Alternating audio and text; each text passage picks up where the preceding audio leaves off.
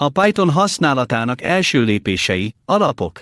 A Python egy erőteljes, sokoldalú programozási nyelv, amely kezdőbarát és kellően hatékony a haladó fejlesztők számára. Ez egy nagyszerű kiindulópont, ha még nem ismeri a programozást az egyszerű szintaxis miatt, amely szinte angolul olvasható. Ez megkönnyíti a programozás alapvető fogalmainak megértését. A Python használatának megkezdéséhez először telepítenie kell azt a számítógépére. Letöltheti a Python-t a hivatalos webhelyéről, és kövesse a telepítési utasításokat. A telepítés után Python kódot írhat szövegszerkesztővel vagy integrált fejlesztői környezettel, ide például PY3 vagy VS Code, amelyek további eszközöket és funkciókat kínálnak a kódolási út támogatására.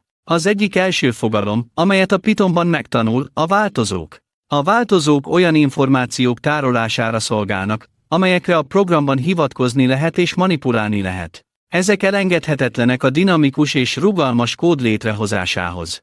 A Python emellett leegyszerűsíti a különböző adattípusokkal, például egész számokkal, lebegőpontokkal, tizedes számok és karakterláncokkal, szövegekkel való munkát. A Python másik alapfogalma a feltételek és a ciklusok. A feltételek lehetővé teszik, hogy a program bizonyos kritériumok alapján döntsön if-else utasítások használatával. A hookok viszont lehetővé teszik az ismétlődő feladatok hatékony végrehajtását for vagy while utasításokkal.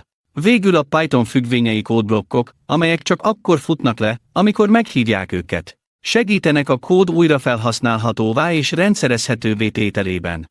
Ha megérti ezeket az alapfogalmakat, jó úton halad a saját Python programok megírása felé. Minél többet gyakorolsz, annál jártasabb leszel.